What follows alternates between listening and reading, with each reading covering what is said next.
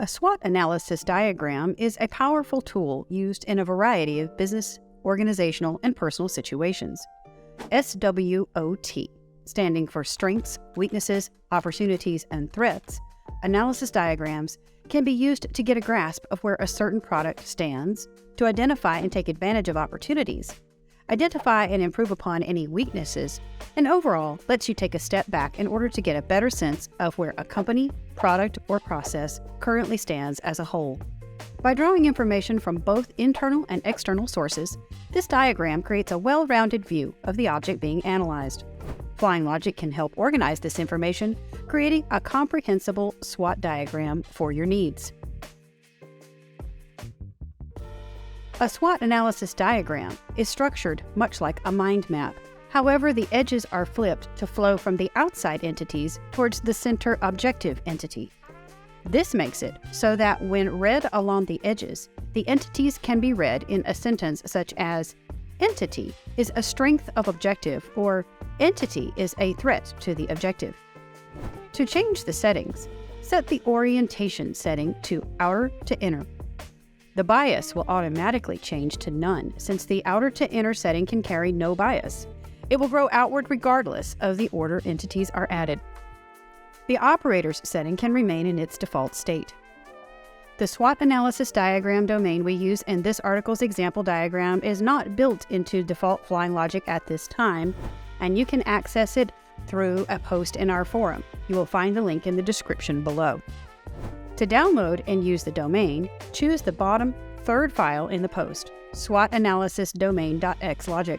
This will open a blank Flying Logic document with the SWOT analysis diagram domain in the domain menu. The domain uses many entities, however, a few simply act as labels. The entities are Objective, the subject that you will be analyzing in the diagram.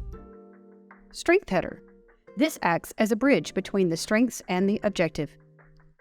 Strength. These are the entities that will list the objective's strengths. Weakness header. The bridge between weaknesses and the objective. Weakness. Entities listing the objective's weaknesses. Opportunity header. The bridge between the opportunities and the objective. Opportunities. Entities containing the objective's opportunities. Threat header. Bridge between the threats and the objective. Threat. Entities that list threats to the objective. It's helpful to determine what you'll be conducting your analysis on before you begin. This is the objective of the diagram, and its entity sits at the center of the chart. Any SWOT analysis diagram will have a single objective, which will be what you're planning on analyzing. This could be a specific product that your company sells or a service you provide. This could also be a system or a group of systems, or even the entire company as a whole. This diagram will work on both broad topics and very specific topics, making it very handy in most given situations. It's important to constantly keep this objective in mind during the process of analyzing it to avoid drifting off topic or amassing irrelevant information in your diagram. You can drag and drop an objective entity from the domain menu onto the canvas to start. It's helpful to have your data in one place and draw from it during the analysis process. Therefore, we recommend doing a bit of research into your objective beforehand. Researching the objective of your analysis is a task in itself, as a SWOT analysis demands multiple forms of research from a variety of sources. External sources are customer reviews, supply chain data, trends that span over time, world events, competitor standings, etc. These are things that happen outside of your objective and are not a direct cause of it. They will have an effect on your objective, however, they are not tied to it.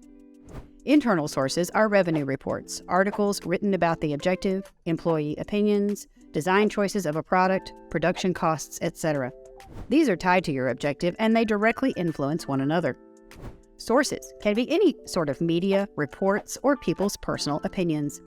For example, if you're analyzing something that relies on sales for profit, staff within the sales department have valuable opinions to incorporate. Find information from a variety of different sources. It gives you the most accurate view of the objective. You begin a SWOT analysis with the strengths of your objective.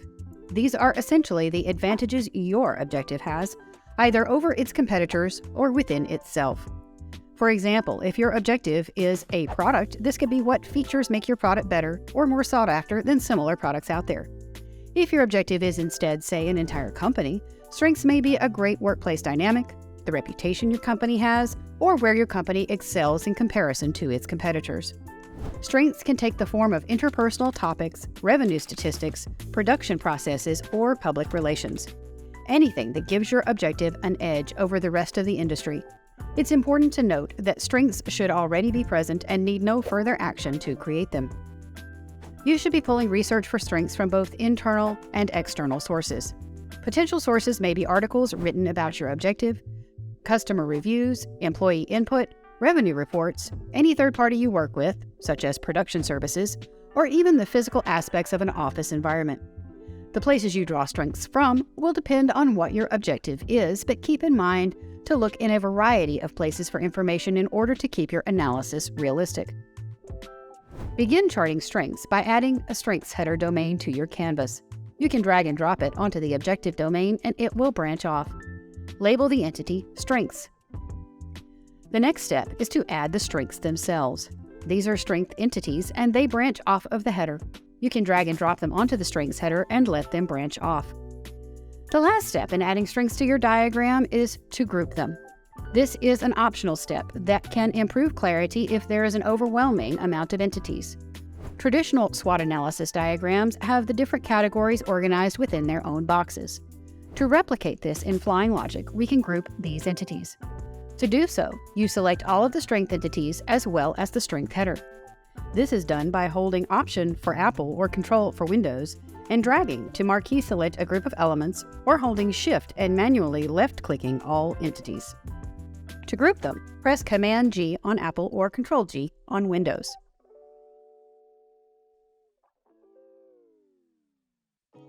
Analyzing the weaknesses of your objective is next. These are areas where your objective could improve, where it's lacking in relation to competition, or inherent problems that need changing. If your objective is a product being sold, the weaknesses could be production or design issues. If you're analyzing something broader, weaknesses could be snags within the company, bottlenecks slowing down a process, recurring issues or complaints from employees, or any negative reputation that it may have. Note: while identifying weaknesses, keep in mind that these are setbacks within the objective. It needs to be in your control, and you need to have the power to correct it. Otherwise, it isn't a weakness and may instead be a threat. The sources you reference in your research to identify weaknesses may be the same or similar to those used for identifying strengths. These could be customer reviews, production complaints or issues, articles about the objective, revenue reports, etc. Again, make sure to look both inside your company and at how the outside views it. Find information from an assortment of sources. Weaknesses are added to the diagram in the same way strengths are. First, add a weakness header to the diagram and label it Weaknesses. Entities branch off the header and are added by dragging and dropping the weakness entities onto the header.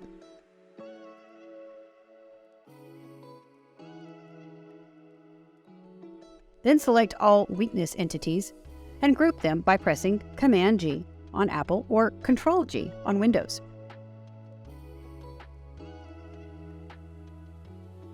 Next on the list are potential opportunities. This is the category where you work on identifying ways to take advantage of things happening outside of your objective in order to improve. For example, if your target audience changes, the objective can change with them. Another opportunity could be that new technologies are coming out that could benefit your company immensely if you begin using them. It might also be possible to broaden the horizons of the company as a whole, such as opening new locations or offices. Opportunities are external factors in the SWOT analysis, so data is drawn from external sources. Again, customers can provide helpful feedback. Look into the industry relevant to your objective, data trends over time, supply chain issues, current world events, competitor standings and reputations, etc. As is becoming routine, add the opportunity header to the canvas connected to the objective. Secondly, add as many opportunity entities as are needed, connecting them to the header.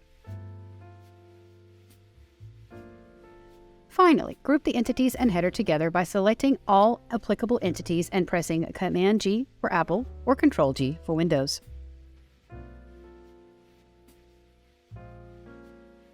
The last part of the diagram is threats. Threats are external factors that endanger your objective's success. One of the biggest threats to a product is its relevance. Technology and culture can change to the point of a product being obsolete. Other threats could be a notable competitor or supply chain issue. Note: threats are factors that are out of your control, so instead of being able to fix them, the most you can do is create plans to sidestep them. Similar to opportunities, threats are external factors, meaning data about them comes from external sources. This could be feedback from customers and third-party production companies. Add a header for the threats, connecting it to the objective with an edge.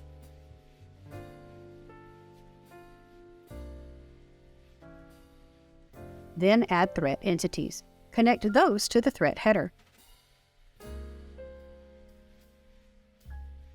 Finally, group them all together by selecting and pressing Command-G for Apple or Control-G for Windows.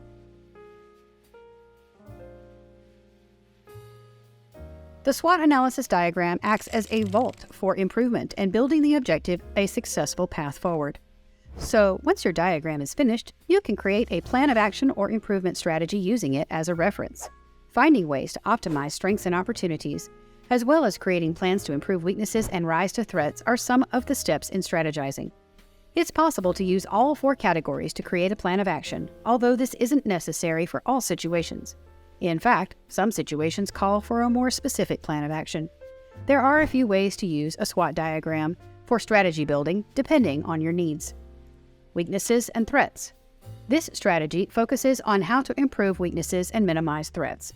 This may be the best option for an objective that isn't doing well, or to add a layer of protection in case an objective's profits begin to fall. Weaknesses and opportunities. This strategy focuses on how to minimize weaknesses and maximize opportunities. This approach is the best when it comes to the overall improvement of the objective. Strengths and threats. This strategy focuses on how to maintain strengths and minimize threats. This is the most protective approach and adds a defense to ensure your objective maintains its profits. Strengths and opportunities. This strategy focuses on how to maintain strengths and maximize opportunities. This is optimal for an already strong objective that's ready for growth.